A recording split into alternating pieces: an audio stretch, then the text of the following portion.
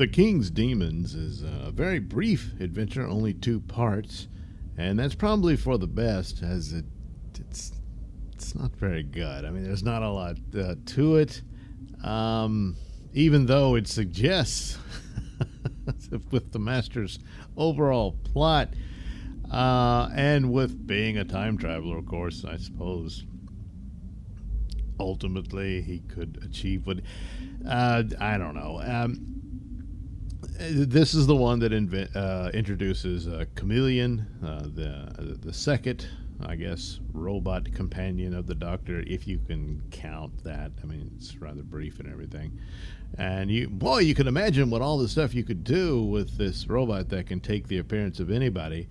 But then therein lies the problem that it makes it easier for the Doctor to get out of certain situations with someone like that. So henceforth, didn't stick, But here you have a Master episode, and right off the bat, the Master is in disguise, of course, typical of the Master, but it's pretty damn obvious who it is. And the Doctor knows something's up, so they meet King John, and this is before the Magna Carta happens, and so there is the plot. And why would the Master want to stop that from happening? To prevent the birth of parliamentary democracy and so on and so forth, which all he had to do was come to the year 2021, where we're post Magna Carta. We're going back to authoritarian centralized authority instead. It's my opinion, of course, but nevertheless. But the idea is that he would cripple the Earth and other worlds, apparently, to create an empire under his rule at some point in time. And yeah, I'm not really buying it. But then again, there's these throwaways for the Master in some of these plots. I mean, even Logopolis. I mean, once he realized that, stopping the Logopolis the way he did, that it would unravel the universe and stuff. So then he just broadcasts a message to everybody that can hear it. Hey, I'll destroy the universe if you don't submit to my will.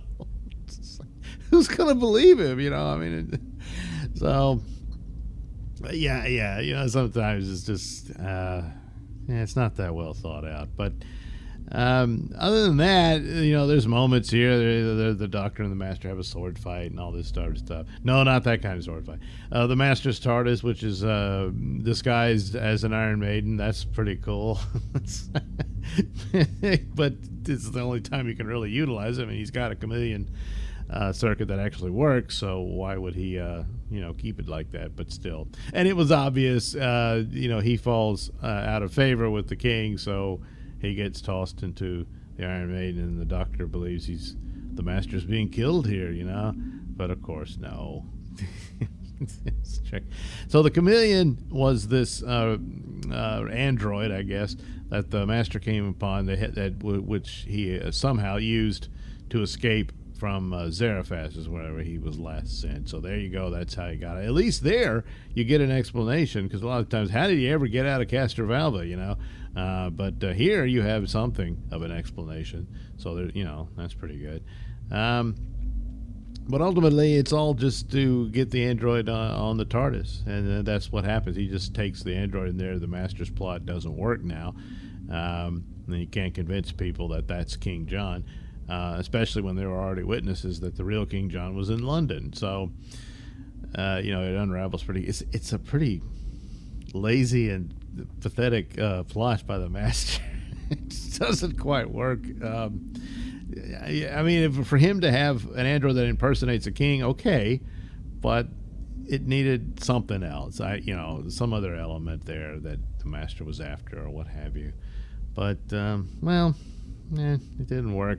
You had the battle of their once again, the indication of the latent, if you will, telepathic abilities of Time Lords, and the two of them battled over control of the android. And ultimately, it's somewhat revealed that the android is somewhat sentient and have some amount of free will, in that it would rather be with the Doctor than the Master. And of course, you can imagine the Master putting it to use for ill intent. Troubled the poor creature, And so there you go.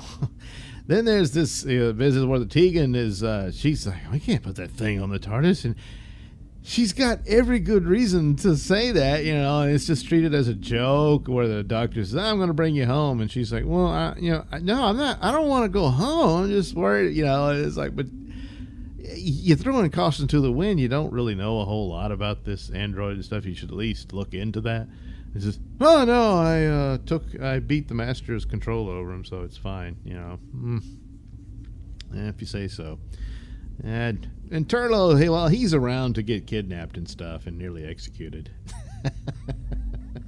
Which, and of course he's, complaining, hey, I'm trying to get back to he's the one who wants to get home, but, oh well, what are you going to do? So, yeah, it's quick and short, and again, that's probably for the best, because there, I was liking some of it, but it's not one of the better ones, and so they rather wisely kept it short. But then again, it might have been that's the amount of time they had, to make Doctor Who shows for that particular season. I guess maybe, I don't know. So they quickly did this one, and then get to work on another episode, a little special one that they had to do.